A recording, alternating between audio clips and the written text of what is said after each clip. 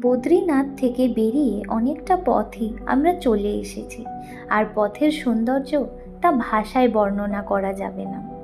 যেহেতু অনেকটা সকালেই বেরিয়েছি, তাই পথের এক জায়গায় দাঁড়িয়ে আমরা কিছু ব্রেকফাস্ট করে নিয়েছি।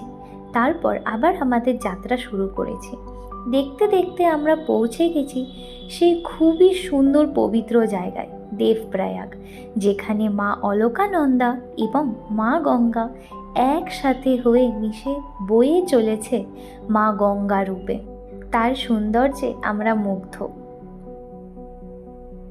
দেবপ্রয়াগ দেখে আমরা আবার উঠে পড়েছি গাড়িতে এবং দেখতে দেখতে অনেকটাই চলে এসেছি।